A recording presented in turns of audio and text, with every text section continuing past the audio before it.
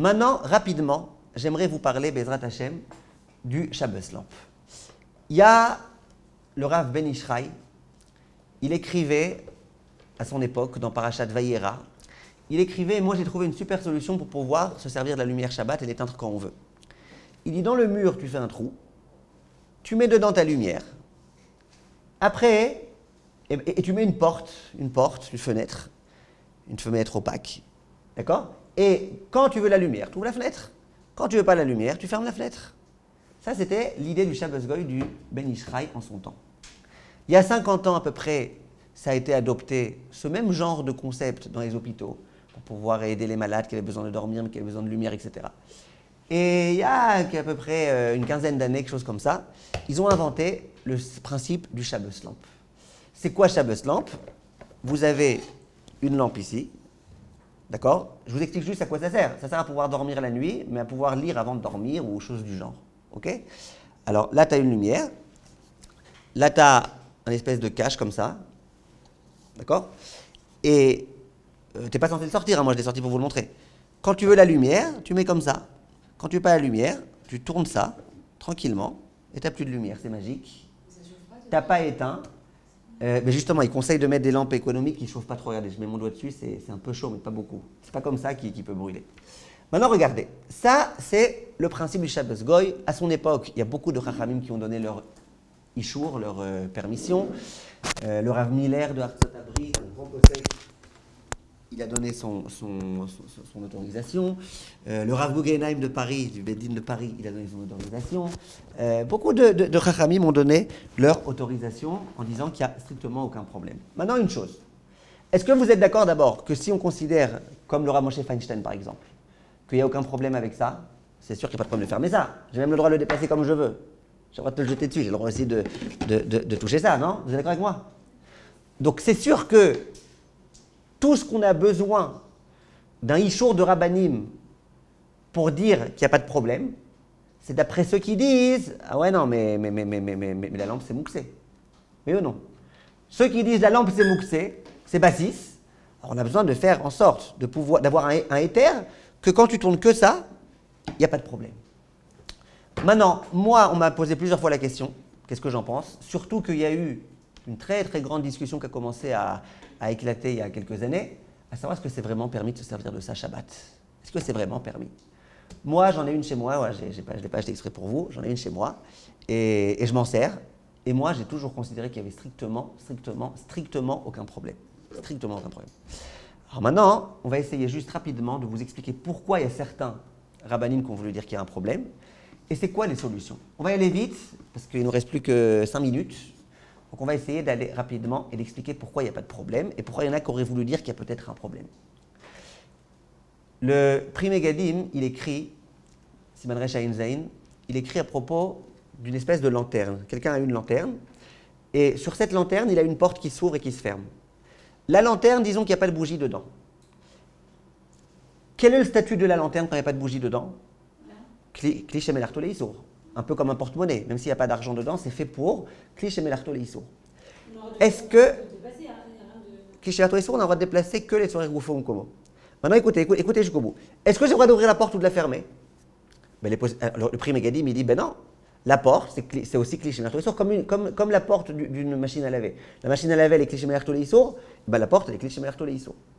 Il y en a qui ont voulu dire, si la porte de cette lanterne s'appelle Kli Shemel Arto Leisur, eh bien ça aussi, ça vient ici, c'est Kli Shemel Arto Leisur. Pourquoi, à mon avis, ça ne tient pas la route? Pour plusieurs raisons. La première, elle est très simple. C'est que, tu sais quoi? Ok, tu veux dire que ça c'est Kli Shemel Arto Leisur? J'accepte. En général, pourquoi j'ouvre ou je ferme? Parce que j'ai besoin ou de lumière ou d'obscurité. Donc, ça s'appelle les Tzorer Goufo. Donc, il y a une Shumparia. Deuxième argument que les poskim disent, ils disent là-bas, c'est différent. Là-bas, c'est une porte qui est collée, qui est attachée à la voilà, là, c'est pas relié. C'est bichal pas relié. Je vous dis, il y a même de la place là pour bouger. Ça, c'est le premier argument. Donc, ça ne tient pas du tout. Deuxième argument qu'il y en a qui ont voulu dire, ils ont voulu dire, et ça, ils le disent au nom du Rav Eliashiv. Et je trouve ça tellement... Et même celui qui ramène le nom du Rav Eliashiv, dans la note, il écrit que le Rav Eliashiv a demandé de ne pas se reposer sur ça en tant que psak. Donc, ok. Il y en a qui ont voulu dire que ça s'appelle bassis. Écoutez maintenant l'histoire. Ils ont voulu dire ça c'est bassis à la lampe. Alors, vous allez me dire, mais c'est pas bassis, c'est au-dessus. En général, bassis, c'est quand tu as une table et au-dessus, tu mets.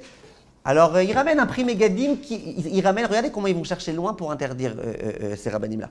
Ils disent, ouais, mais il y a un prix mégadim qui dit que même quand c'est en dessous, ça peut s'appeler bassis. C'est vrai que le Bach et la plupart des poskim, ils disent que bassis, c'est qu'au-dessus et pas en dessous. Mais il y a un prix mégadim qui dit que peut-être c'est bassis. Donc c'est peut-être bassis. Maintenant, pourquoi on dirait que c'est bassis? Parce que ça vient servir ça. C'est quoi bassis? Bassis, c'est ma table, elle vient servir ma pierre. D'accord? Là, ça vient servir ça. Et c'est quoi leur argument? Le seul argument que je trouve intelligent, c'est ça, bien que je ne suis pas d'accord du tout. C'est quoi leur argument à eux, à ces poskim? Je ne parle pas du Rav Eliashiv, Rav Eliashiv, je ne parlerai pas dans ces termes-là. L'argument, c'est quoi? C'est qu'il y a des ampoules dans lesquelles, ici, il y a une espèce de cache. Vous voyez? Un peu comme les LED. Quand vous voyez des LED allumés, vous ne voyez pas les LED elles-mêmes, ça vous éblouirait. Il y a une espèce de cache. Il y en a où il y a un cache. Et donc, du coup, parce que si tu regardes la lumière comme ça te fait mal aux yeux. Quand tu as un cache, tu peux voir la lumière sans que ça te fasse mal aux yeux. Et il y a des endroits dans lesquels le cache, il est attaché ici. Donc, ils disent, tu vois que ça sert la lampe, ça? Ça sert la lampe. Ça vient au service de la lampe parce que c'est là qu'il y a le cache. Et le cache, il vient pour que tu puisses mieux voir. Alors d'abord, il y en a dans lesquels le cache, il est là. Moi, j'ai enlevé le cache. Je pourrais vous dire que c'est Zarma pour être mahmir, mais je vais être cash avec vous. C'est pas vrai du tout. Il est tombé, je crois, à un moment, et puis ça m'intéressait pas. Maintenant, autre argument, il y a ici de l'aluminium. Pourquoi, à votre avis, il y a de l'aluminium? Comme ça fait encore plus de lumière. Non, comme ça fait encore plus de lumière. Genre, là, ça éclaire. Vous voyez, là, ça éclaire bien. Donc, du coup, ça fait plus de lumière. Donc, tu vois qu'il y a de l'aluminium et donc que c'est au service. Donc, que tout ce truc-là, il est au service de la lampe. Sur ça, premièrement, c'est très, très, très difficile de dire que ça vient au service de la lampe. Ça vient à mon service à moi. Je veux pouvoir dormir. Je veux éteindre. La lampe, elle est très bien sans ça. Si tu veux avoir une lampe encore avec encore plus de trucs, tu te sers comme ça. Ça vient exprès pour pouvoir retirer, pour pouvoir cacher. C'est un truc qui vient à ton service. Maintenant, pourquoi tu veux me dire que c'est bassis? Parce que c'est au-dessus. On a dit que la plupart des poskim disent que ce qui est au-dessus, c'est pas bassis. Donc ça vient pas servir ça. Même si ça vient servir ça, la plupart des poskim disent qu'il n'y a pas de bassis quand c'est en dessous.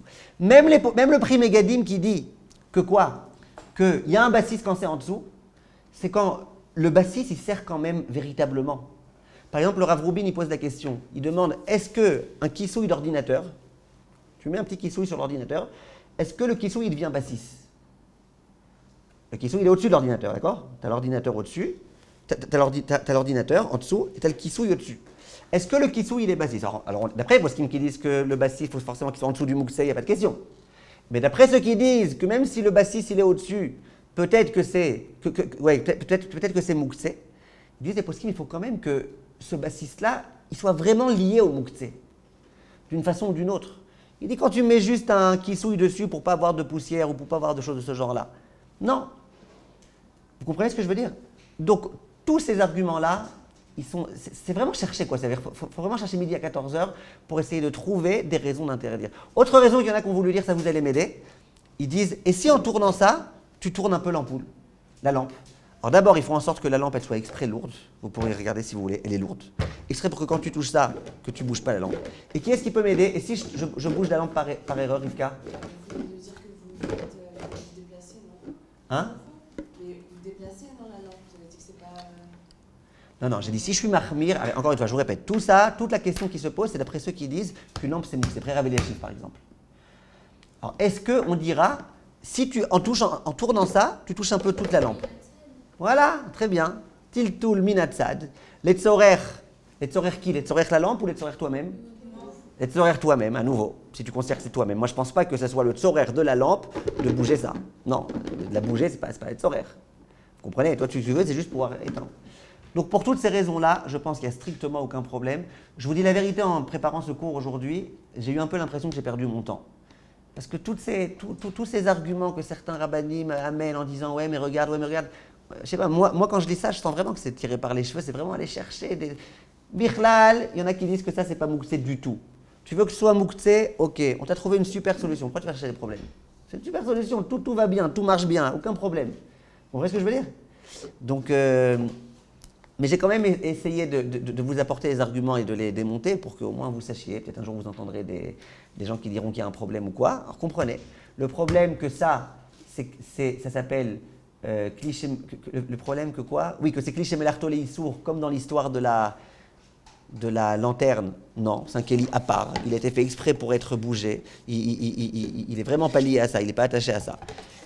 De dire que ça c'est bassis à ça, c'est vraiment essayer de chercher des bassis là où ça n'existe pas. Bon, attention, il paraît que Rav Yashiv il aurait dit ça, il paraît. Je ne sais pas si c'est vrai, il paraît qu'il aurait dit ça, que peut-être que c'est bassis. En tous les cas, c'est très très tiré par les cheveux de considérer ça comme bassis, surtout que ça vient pas servir ça. Vous comprenez? Alors il y en a, qu'est-ce qu'ils font? Vous savez ce qu'ils font? Il y en a, à l'entrée de Shabbat, ils mettent ça comme ça. Non! Et pas en Shabbat, ils le mettent. Alors là, tu es sûr que c'est pas bassis, puisqu'à l'entrée de Shabbat, c'était pas comme ça. Il y en a, qu'est-ce qu'ils font? Ils retirent ici le cache, ils retirent ici l'aluminium. Comme ça, ils sont sûrs que ça vient pas au service de ça et pas de problème de bassis.